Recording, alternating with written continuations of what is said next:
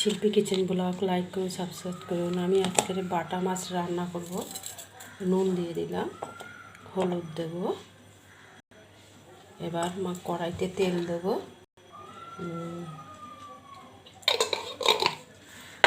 মাছটা মাখবো।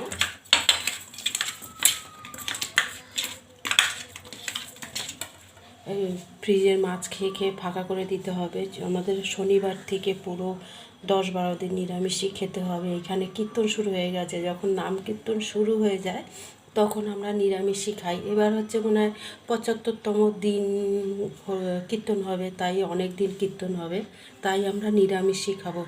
আমরা মনে হয় শুক্রবার আর বৃহস্পতিবার মাছ খাবো, তারপর থেকে মাছ খাওয়া বন্ধ হয়ে যাবে। তারপরে নিরামিষই রান্না আমার বেশি খাবো আপনারা, আমি তাই দেখাবো। মাছটা ছেড়ে দিচ্ছি, মাছটা ভেজে নেব।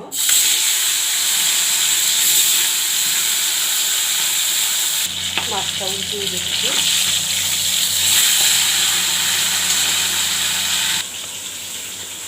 দেখুন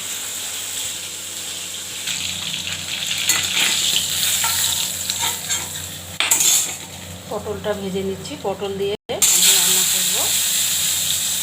পটলটা দেখুন দিয়ে দিচ্ছি।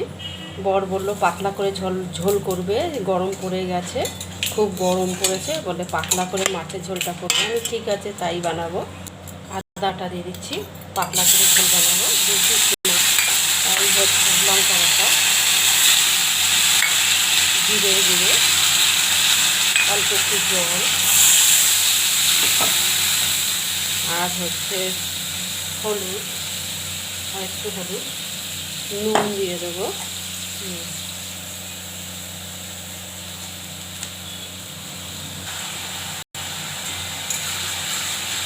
কষানো হয়ে যাচ্ছে মাছের ঝোলটা, আর একটু কষাবো মাছ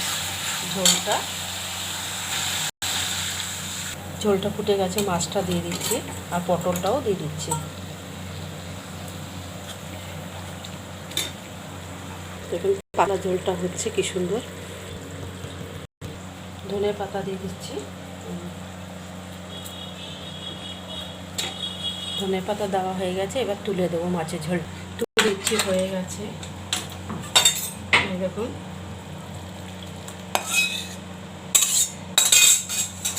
বাটা মাছ পটল দিয়ে ঝোল হয়ে গেছে, পাতলা ঝোল বানিয়েছি দেখুন।